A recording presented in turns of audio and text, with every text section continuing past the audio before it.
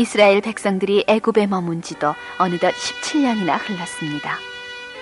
이제 야곱이 죽을 날이 가까워 왔습니다.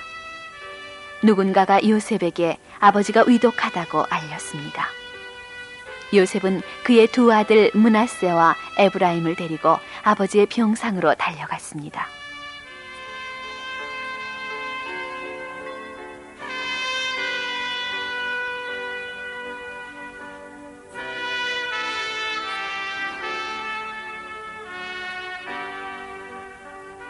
야곱은 너무 늙어 눈이 잘 보이지 않아 요셉에게 물었습니다.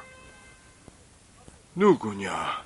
하나님께서 이곳에서 제게 주신 자식들입니다. 그들을 가까이 데리고 오너라. 내가 복을 빌어주겠다. 요셉이 두 아들을 야곱에게 데리고 오자 야곱은 손자들에게 입을 맞추고 그 머리 위에 손을 얹고는 말했습니다.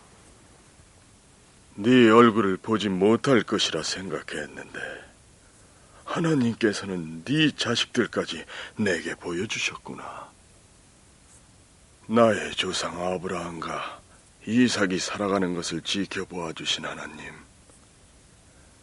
이 땅에 태어나서 오늘까지 나를 길러주신 하나님, 모든 재난에서 나를 건져주신 하나님, 이 아이들에게 복을 주십시오. 또 이 아이들이 나의 이름과 조상 아브라함과 이삭의 이름을 기억하도록 해주십시오. 그리고 그들이 땅 위에 퍼지고 불어나게 해주십시오. 야곱은 그들의 복을 빌어주며 기도했습니다. 야곱은 자기의 죽을 날이 가까웠음을 알고 있었습니다. 그래서 12명의 아들을 모두 머리맡에 불러 죽기 전에 복을 빌어주었습니다. 아들들은 모두 아버지의 마지막 말을 듣기 위해 머리맡에 둘러앉았습니다. 거칠게 살아온 루벤과 시므온은 별로 좋은 축복을 받지 못했으나 유다는 큰 약속을 받았습니다. 야곱은 유다의 자손 중에서 이스라엘의 왕이 나고 가장 위대한 지도자도 유다의 자손 중에서 난다고 말했습니다. 이것은 예수 그리스도를 두고 하는 말입니다. 이 야곱의 예언에서 예수 그리스도가 약속되었기 때문에 이것은 매우 중대한 약속입니다. 야곱은 아들들에게 복을 빌어준 다음 말했습니다. 나를 애굽 땅에 묻지 말고 가나안 땅으로 데려가 우리 조상 아브라함과 이삭 옆에 묻어다오. 야곱은 이 모든 말들을 끝내고 하나님 곁으로 갔습니다.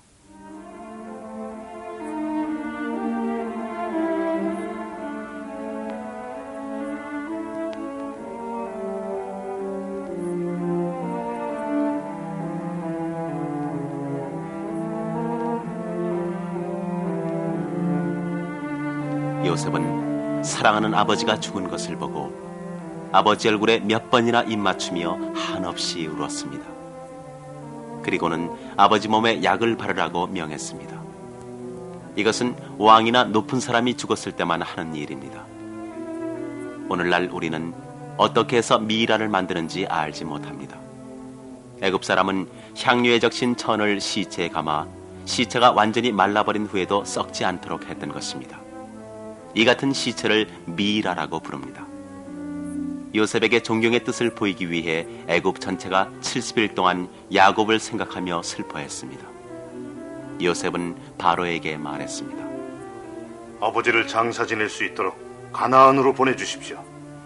저는 아버지에게 가나안에 묻어드리겠다고 맹세했습니다. 바로는 기꺼이 허락했습니다. 요셉은 아버지의 유해를 싣고 가나안에 갈 준비를 했습니다. 물론 다른 11명의 형제도 함께 갔습니다. 그러나 그들뿐만이 아니었습니다. 애굽 사람은 요셉에게 존경의 뜻을 나타내기 위해 바로의 종 전체와 애굽의 고위 관리들이 훌륭한 병거와 기병을 이끌고 갔습니다. 가나안 사람들은 모두 크게 놀란 눈으로 이 훌륭한 장래 행렬을 바라보았습니다. 요셉과 형제들은 막벨라의 동굴에다 아버지를 묻은 뒤 아내와 자식이 있는 애굽으로 돌아왔습니다.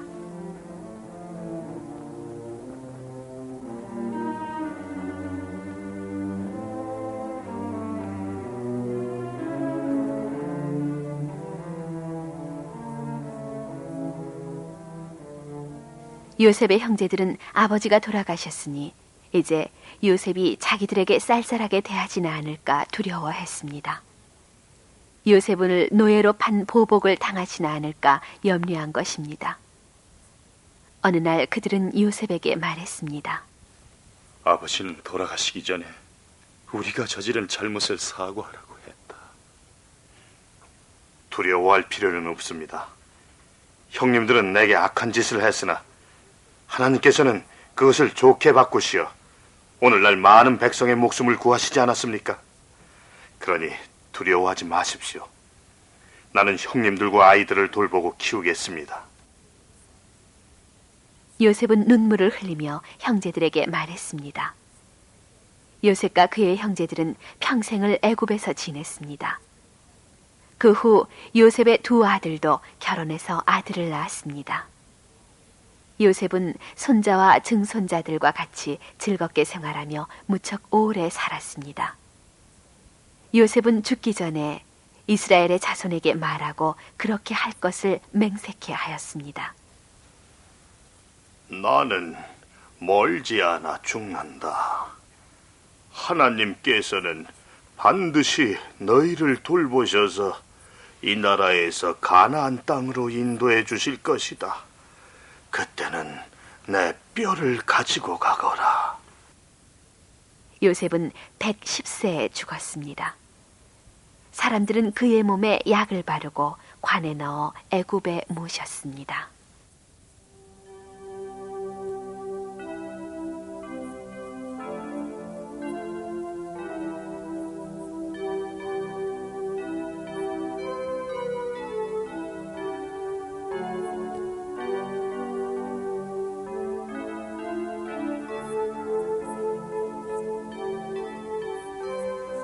이스라엘의 자손들은 애굽에서 오랫동안 살았습니다.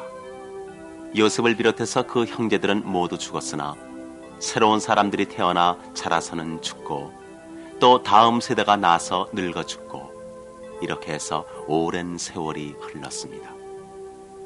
요셉을 잘 알던 왕은 죽고 새로운 바로가 왕 위에 올랐으며 이 사람이 죽자 그 다음 바로가 왕이 되었습니다.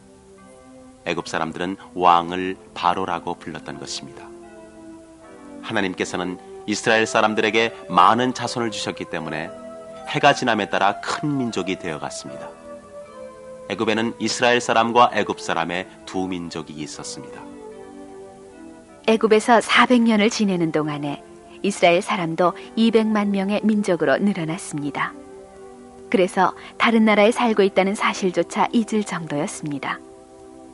요셉의 이름과 이스라엘 사람이 처음으로 애굽에 왔을 무렵의 심한 흉년, 그리고 요셉이 그때 어떻게 애굽을 구했는가 하는 일들도 거의 잊혀졌습니다. 그들이 이 일들을 잊어버린 것도 무리는 아닙니다. 그들에게 요셉 시절의 일은 옛날 이야기가 되어버렸으니까요. 그러나 모두 잊은 것은 아닙니다. 어머니들은 아이들이 잠자리에 누워있을 때 무정한 형들이 노예로 판 요셉의 이야기를 비롯해서 그가 바로의 다음 가는 권력의 자리에 올라간 이야기를 해주었습니다. 아버지들은 아들들에게 아브라함, 이삭, 그리고 야곱 이야기를 들려주었습니다. 그들이 하나님과 이야기를 나누었으며 하나님께서 그들에게 가나안 땅을 주겠다고 한 사실, 그리고 그들이 어떻게 하나님을 믿었는지도 이야기해 주었습니다.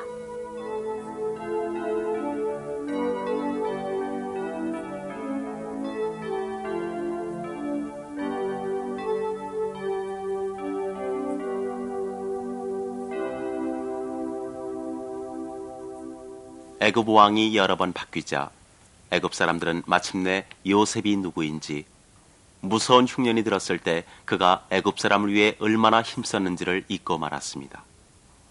그 후 요셉에 대해 아무것도 모르는 바로가 왕이 되었습니다. 새 왕은 애굽에서 강력한 민족이 되어 살고 있는 이스라엘 사람을 보게 되었습니다. 이스라엘 사람은 애굽에서 가장 좋은 땅에 살고 있었습니다. 새 왕은 이것을 좋지 않게 생각했습니다. 그는 백성들에게 말했습니다. 여봐라, 이스라엘 민족은 우리에게 너무 많고 또 강한 존재다. 전쟁이 일어나면 그들은 우리의 적과 손잡고 우리에게 대항할지도 모른다. 그렇게 되지 않도록 예방해야 한다. 바로는 이스라엘 사람들을 심하게 부렸습니다. 바로는 비돔과 라암셋이라는 두 창고를 건축했는데 이때 이스라엘 사람을 노예로 부렸습니다. 그리고 이스라엘 사람 위에 감독을 두어 긴 채찍으로 열심히 일하지 않는 사람을 사정없이 때리도록 했습니다. 이스라엘 사람은 이외에도 많은 괴로운 일들을 당해야만 했습니다. 그러나 애굽 사람이 그들을 괴롭히면 괴롭힐수록 이스라엘 사람의 수요는 늘어났습니다. 이것은 하나님께서 아브라함에게 하신 약속 때문이었습니다. 하나님께서는 아브라함에게 자손이 하늘의 별만큼 바닷가 모래알만큼 불어나게 해주겠다고 약속하셨지요. 그래서 이스라엘 사람들이 곤란에 처했어도 복을 주셨습니다.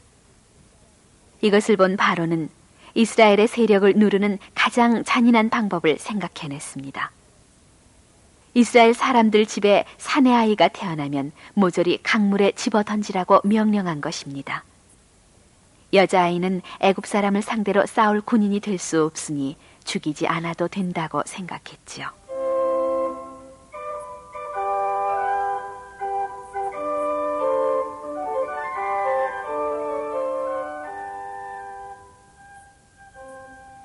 이 암흑시대에 한 이스라엘 사람 집에 무척 귀여운 사내 아이가 태어났습니다.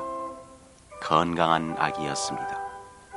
이 아기가 애굽 사람에게 발견되는 날이면 나일강에 던져진다는 사실을 알고 있었기 때문에 아기 어머니는 어떻게 해서라도 아기를 감추려고 했습니다.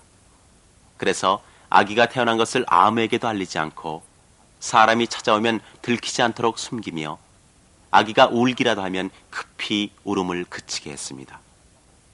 그러나 3개월이 지날 무렵에는 숨길 수 없게 되었습니다. 울음소리가 커져 바깥까지 들리게 된 것입니다. 그래서 아기 어머니는 갈대로 작은 광주리를 만들고 물이 들어오지 않게 겉은 송진을 칠하고 안에는 부드러운 천을 깔아 아기를 뉘었습니다. 그리고 이 광주리를 강으로 가져가 강가에 자라고 있는 갈대 사이에 놓아두었습니다. 어머니는 더 이상 거기에 있을 수 없었습니다. 누군가에 들켜 아기를 숨긴 사실이 발각된다면 큰일이기 때문이지요. 그래서 아기의 누나인 12살 난 미리암에게 조금 떨어진 곳에서 아기가 어떻게 되나 지켜보라고 했습니다. 바로의 딸은 목욕하러 이 강에 자주 왔습니다. 마침 이날도 공주는 시녀들과 함께 나왔습니다. 한참 몸을 씻고 있다가 갈대 사이에 작은 상자가 있는 것을 발견했습니다. 공주가 시녀에게 그것을 가져오라 하여 열어보니 귀여운 아기가 누워있는 것이 아니겠습니까? 아기가 울음을 터뜨렸습니다. 바로의 딸은 곧 히브리 사람의 아기임을 눈치챘습니다. 그러나 이 귀여운 아기를 죽이기엔 너무 가엾다고 생각했습니다. 시녀들이 몰려와 아기를 들여다보았습니다. 아기가 울자 모두들 상자에서 드러내어 안고 울음을 그치게 하려고 했습니다. 바로의 딸이 아기를 안았습니다. 아기는 울음을 그치고 그의 얼굴을 쳐다보며 생긋 웃었습니다. 이것을 본 바로의 딸은 귀여운 나머지 자기 자식으로 키우기로 결심했습니다. 미리암은 갈대 틈에서 이 광경을 보고 있었습니다. 그리고 바로의 딸이 아기를 안고 어르는 것을 보고는 뛰어나와 물었습니다. 공주님을 위해 이 아기에게 젖을 먹일 히브리 여자를 불러올까요? 그래, 어서 가서 데려와다오. 바로의 딸이 승낙하자 미리암은 급히 집으로 달려갔습니다. 어머니는 얼마나 기뻐했을까요? 아기는 목숨을 건지게 된 것입니다. 어머니는 급히 바로의 딸에게로 갔습니다. 바로의 딸은 말했습니다. 이 아기를 갈대 사이에서 발견하고 키우기로 했다. 이 아이를 데려가 내 대신 젖을 먹여 길러다오. 삭슨 줄 테니까. 그래서 이 어머니는 자기의 아기를 집으로 데려가 바로의 딸을 대신해서 돌보았습니다. 바로의 딸은 아기를 위해 왕자가 입는 것과 같은 비단과 고운 베옷을 만들게 했습니다. 매주마다 어머니는 아기를 보이기 위해 바로의 왕궁으로 안고 갔습니다. 바로의 딸은 어린 왕자들이 갖고 노는 금과 은으로 만든 아름다운 장난감을 주었습니다. 이 아기는 왕궁에 자주 가기는 했으나 4살이 될 때까지 어머니와 함께 살았습니다. 자기보다 3살 위인 형 아론과 미리암과 어울려 놀았습니다. 그동안 어머니는 그에게 참 하나님에 관해 정성껏 가르쳤습니다. 애굽 사람들은 우상을 섬겼기 때문입니다. 어머니는 또한 아브라함과 이삭과 야곱에 대해서도 가르쳐 주었습니다. 너는 바로 딸의 자식으로 컸지만 애굽 사람이 아니고 이스라엘 사람이다. 어머니는 한마디 한마디를 신중히 가르쳤습니다. 이때 가르치지 못하면 다시는 기회가 없을 것이기 때문이었습니다.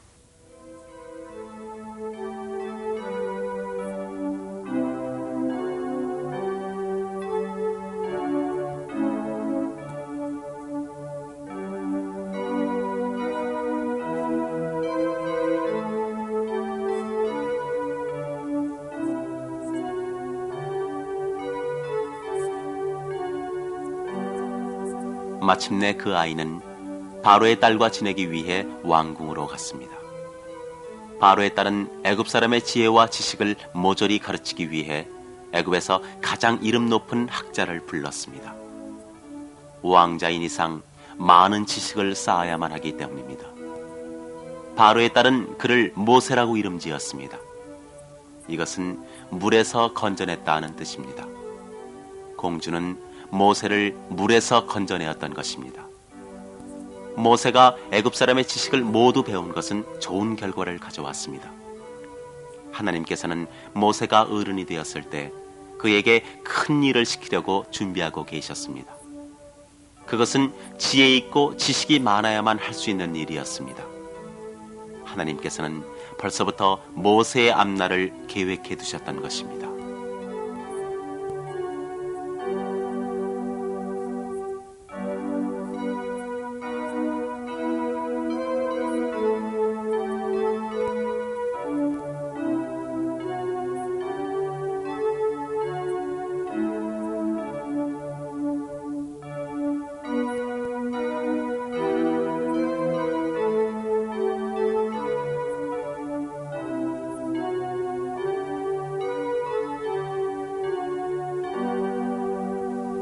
어느덧 세월이 지나 모세는 청년이 되었습니다. 어느 날 모세는 애굽 사람들이 일하고 있는 곳을 지나갔습니다. 그런데 한 애굽 사람이 히브리 사람을 심하게 매질하는 것을 목격하게 되었습니다. 이스라엘 사람은 흔히 히브리 사람이라 불렸습니다. 모세는 히브리 사람을 매질하는 애굽 사람을 보고 화가 났습니다. 그는 주위를 살펴보고 아무도 없는 것을 알자 그 애굽 사람을 죽이고 시체를 모래 속에 묻어버렸습니다.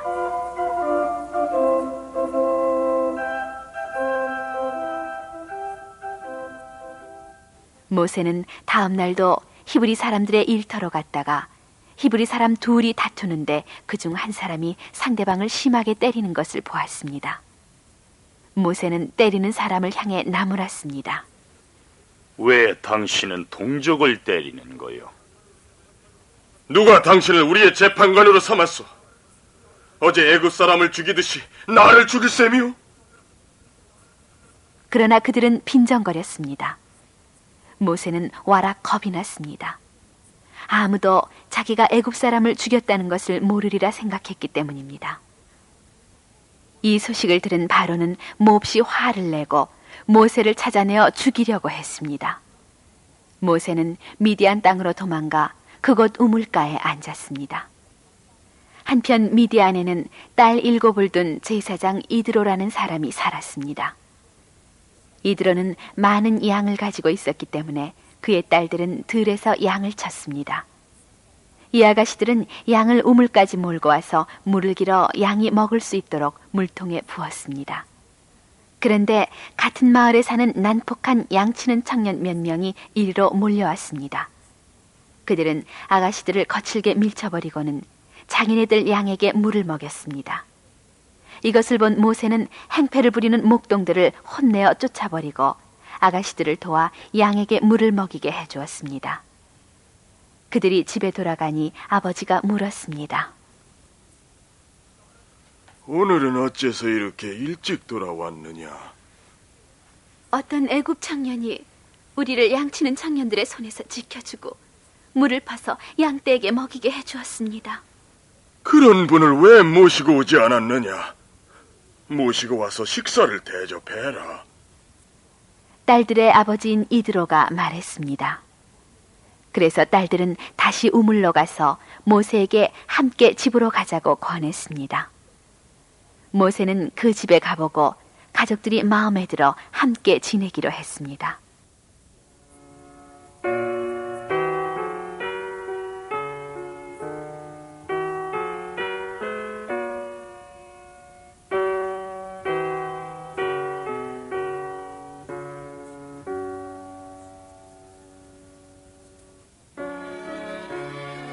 얼마가 지난 후 모세는 이 아가씨들 중 십보라라는 아가씨와 결혼했습니다. 이윽고 귀여운 사내 아이가 태어났습니다. 모세는 이 아이에게 게르솜이라는 이름을 지어주었습니다. 이것은 여기서는 이방 사람이라는 뜻입니다. 또 얼마 후 그는 아들 하나를 더 얻게 되었습니다. 이번에는 엘리에셀이라는 이름을 붙였습니다. 이것은 하나님의 도우심이라는 뜻입니다. 모세는 장인 이드로의 양을 치며 지냈습니다.